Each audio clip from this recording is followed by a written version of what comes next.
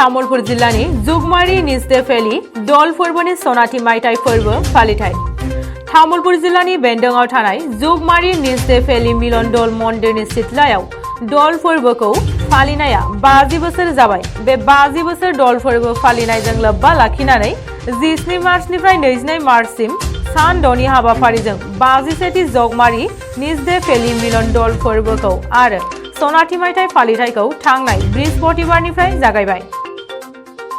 17 मार्चनिफ्राय जागायनाय दल फोरबोनि सनाथि मायथाइ फालिथायाव स्वच्छ अभियान, गसाइ बरायनाय, नाम गायनाय, फिरफिला बिरहोनाय, मुंख्लंफोरनो बिबार बावनाय, बिफां फुलि गायनाय, गाहाय हाबग्रा लामा बेखेवनाय, मावखुलि बेखेवनाय, शास्त्र फरायनाय, मान बावनाय, नाग्रा नाम खालामनाय बायदि बायदि हाबाफारिजों फोरबोखौ जागायनाय जायो।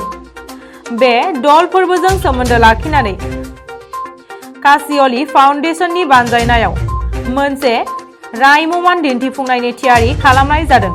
थांनाय शुक्रबारखालि धोरोमारि सावरायलायनाय मेलाव मख'जाथाव थुनफावथाय लिरगिरि एबा नलबारि जिल्ला साहित्य सभानि आफादगिरि ध्रुबज्योति शर्मा आरो रङियानि फोरोंगिरि सोलोंसालि फरायसालिमानि गोरायुं थार्थ फुकन महन्तआ बाहागो लायो। बेजों लोगोसेनो फैगौ 21 मार्चआव हारिमुआरि दिन्थिफुंनाय लोगोसे धोरोमारि सावरायलायनाय मेल आरो गेवलां मेल हाबाफारि लानाय जादों। बे गेवलां मेलाव बिटिआरनि चिफ प्रमद बड'जों लोगोसे आसाम साहित्य सभानि लेङाइ आफादगिरि मृणाली देवीआ बाहागो लागोन। सान द'नि हाबाफारिजों खुंफुंजानाय बे हाबाफारिखौ मेहेरगोनाङै मावफुंनो बानजाय आफादा रायजो राजानि हेफाजाब नागिरदों। जी उपस्थित आছো বিটিআৰৰ চিফ প্ৰমোদ বড়ো ডাঙৰীয়াৰ যিটো নিজৰ সমষ্টি, সেই সমষ্টিৰে এই ঠাইটুকুৰা হ'ল জোকমাৰী নিজদেফেলি। এই জোকমাৰী নিজদেফেলি তাহানিৰ দিনত যদিও এটা পিছপৰা অঞ্চল আছিল, কিন্তু আজি মই ইয়ালৈ আহি নিজে প্ৰত্যক্ষ কৰি আশ্চৰ্যচকিত হৈছোঁ যে এই ঠাই অতি উন্নতৰ এক ঠাইলৈ ৰূপান্তৰ হৈছে, য'ত সোণালী জয়ন্তী উৎসৱ এই আমাৰ কলীয়া গোসাই বা ভগৱান শ্ৰীকৃষ্ণৰ ফাকুৱা উৎসৱৰ এই যি অনুষ্ঠান আজি ইয়াত সম্পন্ন হৈছে আৰু ইয়াৰে ধৰ্মালোচনী সভাত আজি আমি অংশগ্ৰহণ কৰি আমি আপ্লুত হৈছোঁ।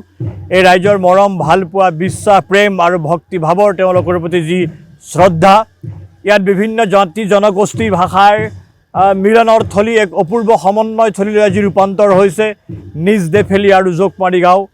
ইয়াত কেৱল ধৰ্মীয় আধ্যাত্মিক চেতনাই নাই, ইয়াত আছে মানৱতাবাদৰ এক অপূৰ্ব স্বাক্ষৰ। সেই অপূৰ্ব স্বাক্ষৰ আমি প্ৰত্যক্ষ কৰি দেখিছোঁ যে 12 বিঘাকৈ মাটিত এই উৎসৱ সম্পন্ন হৈছে।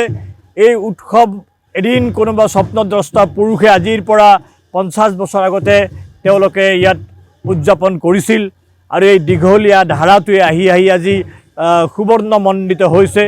এই সুবৰ্ণমণ্ডিত হোৱাৰ লগে লগে ৰাইজৰ ইমান বিপুল সঁহাৰি, বাণিজ্য মেলাতো মই মানুহ দেখা পাইছোঁ আৰু বিশেষকৈ আজি মই ধৰ্মালোচনা সভাৰ মুখ্য আলোচক হৈ আহিছিলোঁ।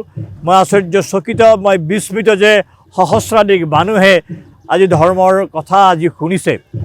ধৰ্মৰ মূল কথাটোৱে হ'ল মানৱতাৰ ওপৰত নিৰ্ভৰশীল। ধৰ্ম যিয়ে ৰক্ষা কৰে, সেই ধৰ্মৰ কথা মূল চেতনা আমাৰ সনাতন বা চিৰশাশ্বত যি ধৰ্ম, এই সনাতন ধৰ্মৰ অধিদেৱতা ৰূপে মহাবিষ্ণুক পূজা অৰ্চনা কৰা হৈছে। আৰু আজিৰ এই দিনটোত আমাৰ পৰম্পৰা অনুযায়ী এই ফাগুন মাহৰ এই পূৰ্ণিমা তিথিত, য'ত মদনোৎসৱ বুলি ক'ব পাৰি, এই মদনোৎসৱৰ সময়ত ফাগুনৰ কালত আমি কৃষ্ণক বা বাসুদেৱক আমি পূজা অৰ্চনা কৰোঁ, যিজন মানুহক এটা সময়ত আমি পিছৰ ফালে দেৱত্ব হে কৰিছিলোঁ। আৰু আমি সকলোৱে নিশ্চিত হৈছোঁ যে ভগৱান মহাবিষ্ণুৱে কৃষ্ণস্বৰূপে আহিছিল এই বসুন্ধৰাৰ বুকুত। আজি আমি আধ্যাত্মিকভাৱে সেই কথাই সকলোৱে স্মৰণ কৰি আশা কৰিছোঁ এই গাঁও আজি এদিন তামোলপুৰৰ এই প্ৰাণ হৈ আছে, এদিন নলবাৰী জিলাৰ প্ৰাণ আছিল। কিন্তু আজি মই ইয়ালৈ আহি মোৰ এটাই দুখ লাগিছে যে নলবাৰী জিলাৰ পৰা তামোলপুৰখন আঁতৰি গৈছে, কিন্তু মনৰ পৰা আঁতৰি যোৱা নাই। নলবাৰী অংগৰ পৰা এই ঠাই আঁতৰিলেও আমি মানৱিকভাৱে বায়ৱিকভাৱে আমি সদায় একেলগে হৈ আছোঁ, একেটা খুঁটাৰে আছোঁ। আৰু এই যাত্ৰা সোণালী যাত্ৰা হৈ জোনাকী যাত্ৰা হৈ চিৰদিনলৈ বৈ থাকিব।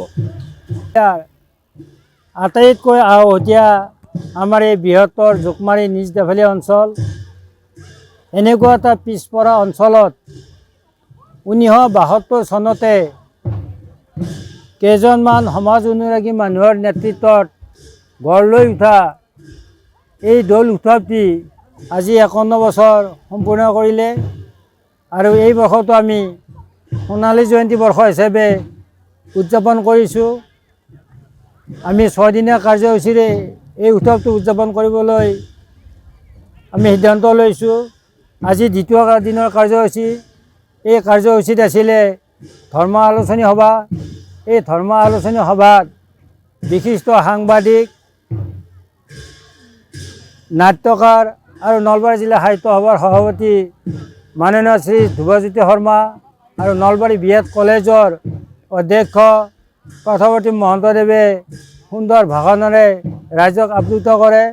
তাৰ বাবে মই তেখেতসকলক ধন্যবাদ জনাইছোঁ। আৰু সমূহ ৰাইজে এই বৃহত্তৰ অঞ্চলত অংশগ্ৰহণ কৰি এই ধৰ্ম আলোচনী সভাখন সাফল্যমণ্ডিত কৰাৰ বাবে মই তেওঁলোকক ধন্যবাদ জনাইছোঁ। আমাৰ সাংবাদিক বন্ধুসকলে দিনে নিশাই তেওঁলোকে যিটো প্ৰচাৰ অভিযান কৰিছে তাৰ বাবেও মই আন্তৰিক শুভেচ্ছা জনাইছোঁ। আৰু ভৱিষ্যতে যাতে ৰাইজৰ সহায় সহযোগ পাওঁ সেই আশাৰে আমি সমূহ ৰাইজলৈ আহ্বান জনাইছোঁ যাতে প্ৰতিটো অনুষ্ঠানতে তেওঁলোকে অংশগ্ৰহণ কৰি আমাৰ এই সোণালী জয়ন্তী উৎসৱটো কৃতকাৰ্য হোৱাত সহায় কৰে। ধন্যবাদ। আমাৰ এই জোকমাৰী নিজ দেফালীয়া মিলন দৌল মহোৎসৱ আমাৰ এই বছৰ সোণালী জয়ন্তী বৰ্ষ হিচাপে আমি উদযাপন কৰিবলৈ লৈছোঁ। আজিৰ দিনটোৰ যি কাৰ্যসূচী আমাৰ এতিয়ালৈকে শেষ হ'ল। বৰ্তমান অৱস্থাত আমাৰ ঢুলীয়া প্ৰদৰ্শন কাৰ্যসূচী চলি আছে। ইয়াৰ পিছত সন্ধিয়া আমাৰ সাংস্কৃতিক সন্ধিয়া চলিব। সাংস্কৃতিক সন্ধিয়াৰ বিশেষ আকৰ্ষণ হিচাপে আমি ফুকন বড়ো আৰু PJ প্ৰিন্সক আমি আমন্ত্ৰণ কৰিছোঁ গীত গাবলৈ। তেখেতসকলে নিশ্চয় সুন্দৰ গীত পৰিৱেশন কৰি ৰাইজক মোহিত কৰিব। আৰু অহাকালিৰ পৰা আমাৰ যি কাৰ্যসূচী থাকিব সেই কাৰ্যসূচী মৰ্মে ৰাতিপুৱা আমাৰ ভাগৱত পাঠৰ পৰা আৰম্ভ কৰি দুপৰীয়া আমাৰ খেৰাই নৃত্য পৰিৱেশন কৰিব। আকৌ সন্ধিয়ালৈকে আমাৰ সদৌ অসম ভিত্তিত নৃত্য প্ৰতিযোগিতা হ'ব। এই নৃত্য প্ৰতিযোগিতাত আমি সদৌ অসমবাসী ৰাইজলৈ আহ্বান জনাইছোঁ যাতে এই নৃত্য প্ৰতিযোগিতাত ভাগ লয়।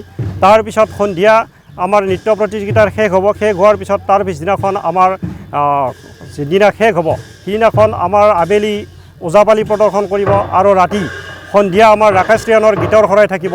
এই গীতৰ শৰাইৰে আমাৰ সন্ধিয়া সাংস্কৃতিক সন্ধিয়া সমাপ্ত হ'ব আৰু আমাৰ এই যি 5 দিনীয়া কাৰ্যসূচীৰ সমাপ্ত হ'ব। কিন্তু ইয়াৰ লগত সংগতি ৰাখি আমি এই সোণালী জয়ন্তী উপলক্ষে এখনি স্মৰণিকা আমি উন্মোচন কৰিবলৈ লৈছোঁ। এই স্মৰণিকা উন্মোচন কৰিব আমাৰ জনপ্ৰিয় মুখ্যমন্ত্ৰী হিমন্ত বিশ্ব শৰ্মাৰ মাতৃ অসম সাহিত্য সভাৰ উপসভানেত্ৰী মাননীয়া মৃণালিনী দেৱী। আৰু মৃণালিনী দেৱীয়ে স্মৰণিকা উন্মোচন কৰাৰ পিছতেই আমাৰ মাজত উপস্থিত থাকিব তামোলপুৰ জিলাৰ উপায়ুক্ত সন্মানীয় সীমান্ত কুমাৰ দাসদেৱে আমাৰ মুকলি সভাখন উদ্বোধন কৰিব। তাৰপিছত আমাৰ নিৰ্দিষ্ট বক্তা হিচাপে ভাষণ ৰাখিব সদৌ অসম ছাত্ৰ সন্থাৰ শিক্ষা সম্পাদক ভৱ বেজবৰুৱাদেৱ আৰু তামোলপুৰ বিধানসভা সমষ্টিৰ বিধায়ক সন্মানীয় জলেন্দ্ৰ ইমাৰীদেৱে। এনেদৰে আমাৰ যি জাতি ধৰ্ম নিৰ্বিশেষে আমাৰ এই অনুষ্ঠানটি প্ৰতি বছৰে পালন কৰি আহিছোঁ। আৰু এই বছৰো আমি অকণমান জাকজমকীয়াকৈ সোণালী জয়ন্তী হিচাপে উদযাপন কৰিবলৈ আমি প্ৰয়াস কৰিছোঁ। আৰু জাতি ধৰ্ম নিৰ্বিশেষে সকলো ৰাইজৰ ধৰ্মপ্ৰাণ ৰাইজৰ সহযোগিতা আৰু উপস্থিতি শ্ৰদ্ধাৰে কামনা কৰিছোঁ।